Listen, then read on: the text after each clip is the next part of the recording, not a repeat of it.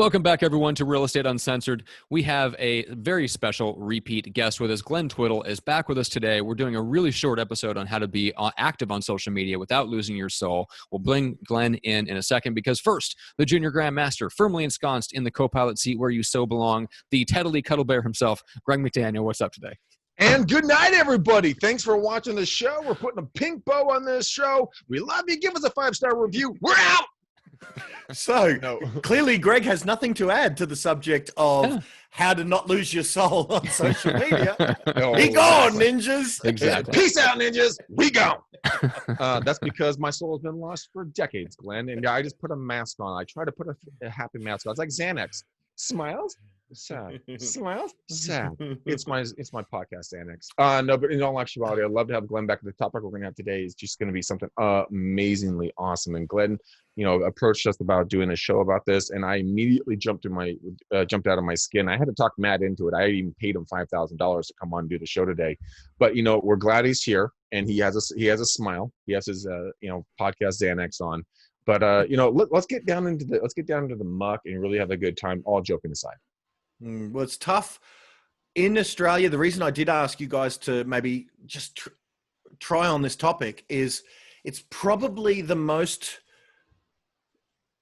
pertinent topic that's going on in Australian real estate. If you said to me, hey, how's the market down there? I would say in this sort of post-COVID world where we're sort of getting back to normalcy or whatever, what it's done to real estate agents in particular is there's a sense, I've never seen a sense to this degree. It's like real estate agents to the 10th power of negative, meaning there's more infighting that I've ever seen. There's more judgment. There are some people that I have considered good clients, maybe even friends, that because I made an opinion about COVID that while it was all happening and it was different to theirs, they chastised me in this case for not panicking enough, right? For not doing more as a leader. And there was wording like, look, I love this guy, but unfortunately I don't think he loves me anymore. In that there was, and I quote, I'd expected better from you, Glenn, because I didn't panic enough. And so it's like there's a culture of social media doing some bad stuff to our heads. And I don't know the answer to it. And I don't know what I should have done. If this person would have expected more from me, then what can we do individuals to not, because that crushed my soul for days. So how do we not let social media impact our worlds negatively? Well, it's like this. It's this book, and all of you guys that are listening to this on the podcast, I have a book that says, change the way you see everything. And this book is completely written in reverse. And I love this book is because I was doing a podcast interview on another show a couple of weeks ago now, a couple of months ago. I don't know. It's been a lot. Everything meshes together, but. In the podcast host was like, oh my gosh, like how can you be so positive about everything? And my response to her was, I was a little astonished that the question would be posed to me, but at the exact same time, it was a perfect opportunity to say, it's a choice. Everything you see is a choice. If you lose a relationship, you gain a relationship. You lose a client, you gain a client. Whatever takes place, you can see positive, you can see negative, and you can learn a lesson from either side. But it's going to be your decision on how you let this impact your life. So you can allow it negatively to impact you, or you can allow it on a positive side to impact you. But it's really going to be your decision. And so when this person, Glenn, reached out to you and was very negative to you because they were acting out of fear. Would you agree with that? Because they're fearful about something about themselves, their family, and someone they love. And so they're like, why couldn't you just see it the way I'm going to see it? And they lash out. When in reality, it's like, well, because it doesn't affect me the same way. And that's when someone comes after you guys, and I'm sorry the other agents are coming after you. That just means that they're scared.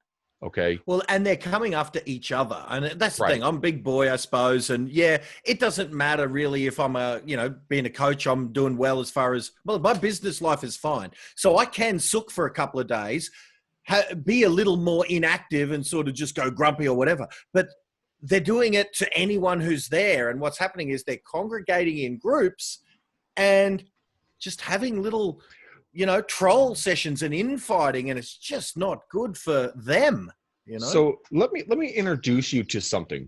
It's called technology, and it has an off button. Okay. Oh, Greg. Next Oh, time no. you get someone to talk shit, turn your devices off. They can't chase you, guys. These people are keyboard bullies. They're telephone tough guys. If someone's going to bully you, if someone's going to gang up on you, look, I will bet you 10,000 times above what you think you can get that these people will not do that in physical form, not in real estate. They will do it online, but not in physical form. And Matt, what did you do recently? Did you tell me you took one of your apps off your phone? What was your solution? Oh yeah, just this morning. Yeah, because as we record this, we're going through riots and lockdowns and things like that. And yeah, I think a lot of people I'm seeing very weird behavior on social media from people in the business world. And it's become so politicized that now they've decided, and this is, I think, mostly on one political end of the spectrum and not the other, but one end of the political spectrum has decided that silence is taking a side. So they're trying to draw everyone who just wants to stay out of the fray, right? And they're trying to draw them into the fight. And I will not be drawn into the fight. So I deleted both Facebook and Instagram apps, not the accounts, but the apps off my phone, because, like Greg, you asked, why, like the only way for evil to succeed is for good people to do nothing. That's true. But I'm not in the phase of my life where I'm going to speak out politically. That's just not where I'm at right now. There will come a time when I will have something to say and I will destroy some people. And I will take the heat that comes back for it, and I'll gladly accept it. But now is not that phase of my life. And I think for a lot of these people that are active on social media, getting sucked into the fight, they're not in the phase of their life where they should be worrying about that either, because their business isn't secure, right? Now, my business is pretty secure. My business has grown, probably Glenn's like yours has. My business has grown through this whole corona apocalypse, right? So it's not that my business is on unsound footing. But that's not to say that if a Twitter mob came after me, that there wouldn't be any effects. Like, I'm not in a position where I want to lose half my client base just because they find out they disagree with me politically. Does that change any minds? No. All it does is cost me money out of my pocket and prevent me from achieving my goals that I have set for my life right now. So, yeah, I mean, I think there's, Greg, to your point, can you just shut it off? Absolutely. But if you have become accustomed to the habit of just in those little breaks of time, just, when you want to relax your brain a little bit, you pull out your phone and you start scrolling. And 2 weeks ago, that was a relatively harmless habit. Now it is a relatively harmful habit because the conversation and the tone has changed so much. Then that's a different thing. Then I'm responding to it more strongly than I would have responded to it a couple of weeks ago. Well, I just wonder, Greg, I wonder if it was even so harmless even 2 weeks ago. I think it may have been. Are we going to look back on our social media addictions right now? I was listening to Joe Rogan, and I think his name's Duncan Trussell. Yeah, Duncan's awesome. Wow. Yeah, wow. I'd never heard of him. And they were talking about the addiction. Are we going to look back 30 years from now on our social media use the same way we look back now on smokers in the 50s who used to think it was healthy even. Then it got to be neutral. Now we know it kills you. I wonder if we're going to look back on this same addiction in the same way. That maybe, well, if you listen to Duncan, this was well prior to COVID mess, and he was talking about the dangers of the wake up and the first thing you do is touch your phone before you touch your partner. That's a scary thing. If you really look at the behavior, if there was they say that if there was a drug, I can't remember where I heard this, but if there was a drug that had us walking around the streets, staring at our hands in some sort of coma, trance-like state, they would outlaw that drug. And yet they still allow us to have this. And, the great Elon is looking at putting this bad boy into our freaking skulls and attaching it to our cerebral cortex somehow. Well, boy, oh boy, it's an interesting world we're heading into with these. I'll say one thing: as a dyslexic, without having to type anything and just be able to think everything, I'll sign up for that shit in a fucking heartbeat. And that's just me speaking because I'm dyslexic. Elon's saying 5 years, man. Did you see that? He's saying 5 years away from the plate in your skull that effectively puts the power of the internet. Like, if I said to you, Matt, I'm looking at the top up there above you and I see, what was the Foo Fighters' first single? I don't know. But if I had the plate in my head, I'd just go, oh, well, of course it's whatever it is. You know what I'm saying? Like, wow, we've already got I think that we are. I think we're going to, whether it comes out now or it comes out too late, I don't know. But there's already studies being done that show that human beings' cognition drop and problem solving ability drops by 10, 15% just by sitting down at a computer and doing an exercise, but having the phone anywhere nearby. The only thing that worked to get human cognition up to where it should be was to literally take the phone away from them and put it in the other room. Having it in the pocket didn't help. Having it off didn't help. Having it nearby but turned upside down didn't help. Nothing helped. The only thing that helped was getting it physically into the other room, and then they were back to their normal level of cognition. So the idea that we're going to, like technology isn't going to stop, but the idea that to build a business, you don't have a choice, that's not true. There's plenty of people that will still build very, very, very successful, profitable, simple businesses without being on social media all the time. And I know because I've worked with some of them. They're my clients. They're my friends. Glenn, I introduced you to Frank, who runs Viral Marketing. Frank keeps an iPhone turned off in the trunk of his car. That's his phone. Otherwise, he doesn't have a phone. His phone is you call me at the office or you text my wife if it's after hours. That's it. And he runs a $3 million video marketing agency, right? To me, that's the future. And I think it's going to be interesting to see because, like 10 years ago, Glenn, the status symbol was Gary V.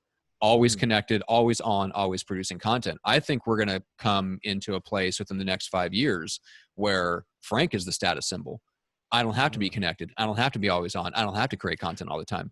Yeah, maybe Dan Kennedy was right. I remember Dan Kennedy, if you wanted to get him, he doesn't have a cell phone, or probably to the day he eventually passes on. And that was a bit of a scare. I do believe there was a hoax saying Dan Kennedy passed away not so long back.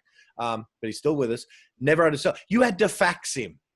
To the day he died, you had to fax him if you wanted to get to him, I want to give you my way I've done it, because I still believe you need to be on their device, even though I have serious concerns for the health of the society, of my world, of my children, my family, and me, and my partner, Naomi, all of us.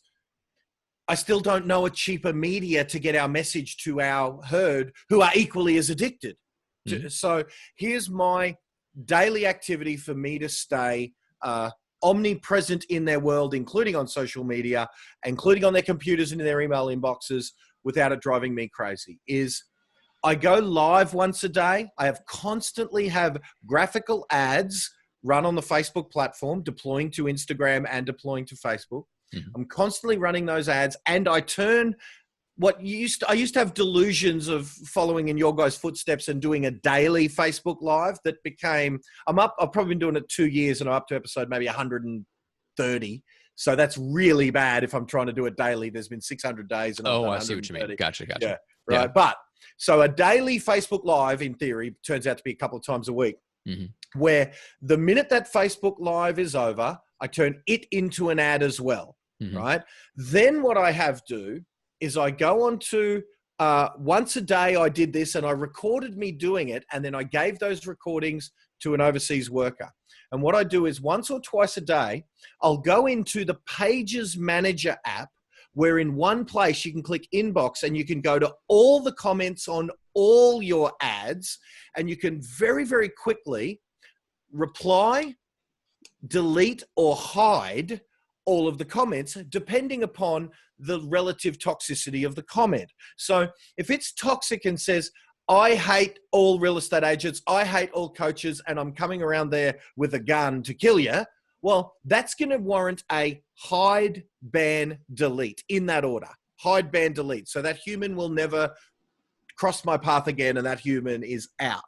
If they say something, and I recorded myself doing this so I could hand this off to an overseas worker, and I sort of gave them my criteria, that if it's sort of narky, I'd rather the world didn't see it, but it's not ban-worthy, I would just hide it. So only them and their friends could see the comment, but all of the other people seeing that ad would not have a clue that that comment even exists, but the person doesn't know that they're banned. They don't know that you've done anything. You've just hidden it. Now, if it's kind of one where they are clearly wrong and no one could ever agree with them in a million years, I'll hit reply and I'll respectfully and politely leave their comment there that is clearly could never be judged right. And I will publicly respond nicely for all the world to see. But that's what I will do. And so what I did with my outsourced person who now does this for me, I used to do this every day and I'd record it so I could hand off and I'd talk when I was doing it so that I could hand off and train someone else to do it. If it's a hide, ban, delete, they do it. If it's a hide, and sometimes I'll respond, then hide. That way they think I've responded to them and it's there for the whole world to see, but it's not. It's hidden and only they see it. The other person can do that one. The only one that I've asked them to just flag me is if it's actually worthy of a response, or heaven forbid, if it's something positive, they'll flag me. And once every couple of days, they'll say, hey, pop in there. There's a few nice guy ones in there. And that's how I do it. That way, I'm still omnipresent in their world out there, but they get me to be responsive to them maybe for 5-10 minutes a day. So that's the way I get around it. I don't know if that's valid, but works for me. No, to me, that's the future. It's treating it just like a pack of cigarettes and just as dangerous, you know? Yeah. Like, could you go for the rest of your life and smoke, you know, a half a cigarette a day and not die immediately? Definitely, you know? So yeah, I think it's not that social media is that dangerous, but just treating it as a potential addiction. Yeah. We don't know, but it definitely rewires your brain. Yeah. Yeah. I just finished a book called The Shallows that's about 10 years old at this point. And it's scary how accurate that book is for being 10 years old. And the updated material is fantastic. Get this. The guy who did Dark Mirror refuses to do the next season because he can't do it. We're there. Did you see that? I didn't hear about that. Literally. But that sounds about right. He said we can't because we're there. Serious. Wow. Well, I mean, there's a lot of those, a couple of those episodes of Dark Mirror, especially with the one with the gal who had the social credits and like she got, that was the scariest one. That scared me to the core. And that is something that is legitimately starting because Facebook is wants to start their own currency, their actual own currency. And if that comes out, that is legitimately social currency. You also have to look at what carbon credits are going to do, you know, allowing certain organizations and companies and people a certain amount of credits you can sell or buy like any other asset. But I mean, think about where we're heading with this. This is like, we are literally living in the future where somewhere where it's so scary that like they put it into horror movies in the past because none of us wanted to deal with the reality of what was coming. Now it's here. And now all of us are looking around going, oh, it's just a normal day. No, it's not a normal day. Shit got fucking real. And I will tell you one thing, like it is difficult to deal with the negativity that's out there, but it comes down to how you interpret, how you digest, and how you then process the negativity. Are you going to allow it to affect you, or are you going to let this run off your back like water off a duck's back? I choose unless you come after me personally, and I don't really care if you do. You guys are going to be trolls. That's fine. You guys have been trolls for fucking years. Not you guys, but the other assholes. You know, and when someone comes after me, and Glenn and Matt, you guys have the same thing happen to you. You know, I just let it fly off my back. I'm like, whatever, bro. That's your like the Lebowski would say. Oh man, I guess you're not a golfer. You know, when he picked up a tennis ball, I mean a bowling ball. It's all about how you see things. And if someone comes after you and they're negative, let them be negative, man. That toxic activity and the attitude that they have, they're trying to focus a destination on someone. And if you allow it to be you, it will be you. But if you're like, ugh, doesn't really bother me, you go do you, fool. And you keep on moving and you stay positive and happy. Look, man, social media is a good and a bad thing all at the exact same time.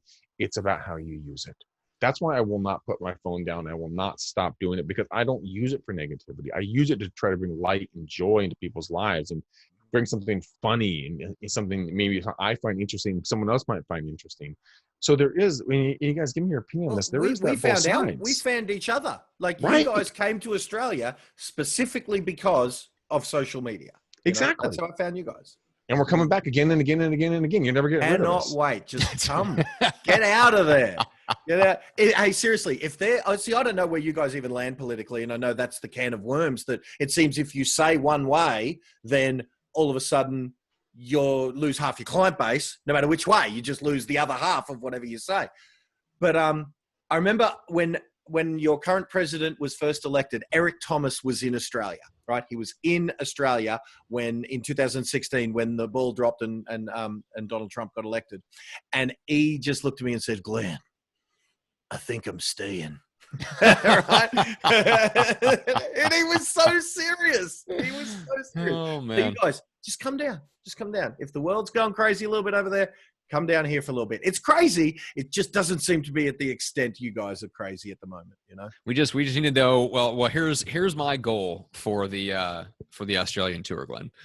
I want to see all the best spots, and I want to plan out where the eventual Johnson compound will be located. Or the Johnson McDaniel compound, whatever you like. Like if Greg decides to get big out of Johnson Dodge, compound, get out of the Bay Area, get to some sanity. Like I want to see Adelaide and Perth and Melbourne and Sydney, and like I want to get out and see all the spots because I might be coming. We'll see. I love it. Let's do it. We're gonna call it the Big J. The Big Johnson compound. The Big J Ranch. The BJ Ranch. That's right. The bookshelves will be lined with that book that Glenn showed us off air. We'll get to that maybe another time. All right, gentlemen, let's wrap this one up. We'll throw another pink bow around this particular episode. Glenn, what's the best way for people to reach out and connect? Well, actually, just recently, I'm sort of scaling back a little bit of my coaching, even though people can still hire me as a coach. But so many people have found this way that you, me, and Greg are working together, and they get my coaching for free. And frankly, I don't know how you guys talked me into it, but we are letting you guys join a little clique where we literally become your business partners and we don't charge you a penny. So, look, if you're interested in that, find Glenn Twiddle or any one of us online, and we'll have a four-way conversation with these three people and me down there and you down there, and we'll talk about how we can become your business partners and charge you zero. There you go. I love it. I mean, we really are going to be here as his business partners. We are going to bring along some other folks that are going to be coming into our tribe, that have joined our tribe, that are just absolutely heavy hitters, guys. All you have to do is pay for Matt's cookies, and we're good to go. It's essential. Matt needs his chocolate, cookies. And they better damn well be chocolate chip because anything else just will not. And if they're oatmeal raisin, but they look like chocolate chip for a distance, I will cut someone. I'm just saying. All right, so if you're interested in that, in the business partnership, reach out to Greg as well. You can find him. That goes for anyone in Australia, anyone in the States. If you're in Australia, make sure to connect with Glenn. That's probably the easiest, fastest way. If you want to talk to Greg, if you're in the States, reach out to Greg. He's super easy to find on Facebook. Shoot him a direct message or cell phone. McDaniel.com.